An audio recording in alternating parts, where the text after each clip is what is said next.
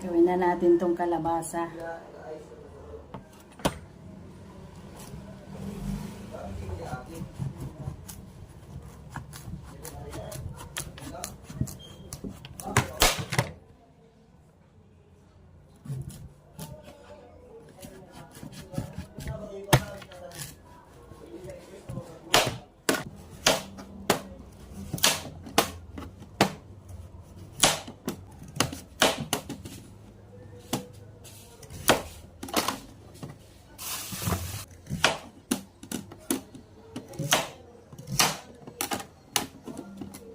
Ito na.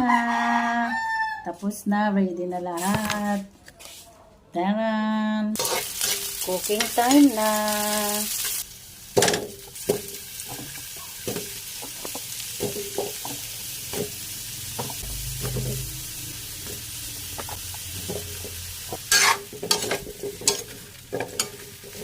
Na natin yung bulad, daing,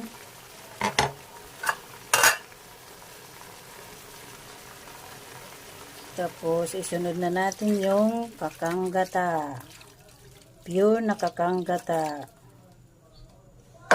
Unang piga yan, isang piga lang.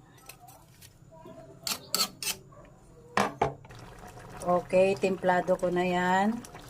Lagay na natin yung malunggay.